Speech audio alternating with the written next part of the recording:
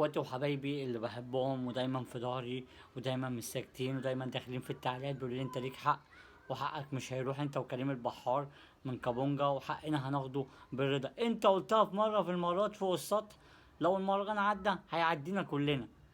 ده انت اللي حكمت بنفسك مش احنا. انت يعني انت اللي حكمت مش احنا. لو احنا هنقول لكن انت اللي حكمت وعدينا وما بصيناش في رزقك ولا اتكلمنا. بعد كده عملت لنا مهرجان بتقول لنا اقل حاجه 5 وبعد كده 8 وبعد كده وصلت ل20 وما احترمتش ان يعني الكلام اللي اتفقنا عليه، وقلنا مهما تعلى ما تعليش السعر علينا، وعليت السعر علينا. يا كابونجا انت كده بتعرف تنام؟ انت كده مستريح؟ انت كده مظبوط؟ بدل ما تاخد كريم البحار تخليه يبقى مدير اعمالك، ولا انا حتى نظم لك حفلاتك، ده على الاقل على المجد اللي انت بقيت فيه. يعني احنا كنا سبب ناس ياما، بس الناس اللي ياما ديت قدرت، انت الوحيد اللي ما قدرتش في المجال ده.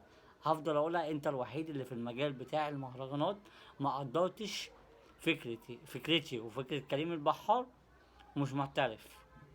بس حقنا وقسما بالله هناخده، هناخده بالحب، هناخده بالرضا، هناخده بالقانون، هناخده بأي حاجة هناخده. انا مش هامل ان انا اطلع اعمل لك فيديوهات، عشان انا على حق والناس كلها في دار اسلام فانت، والحق هيجي لاصحابه وقريب ان شاء الله. اخواتي في الله.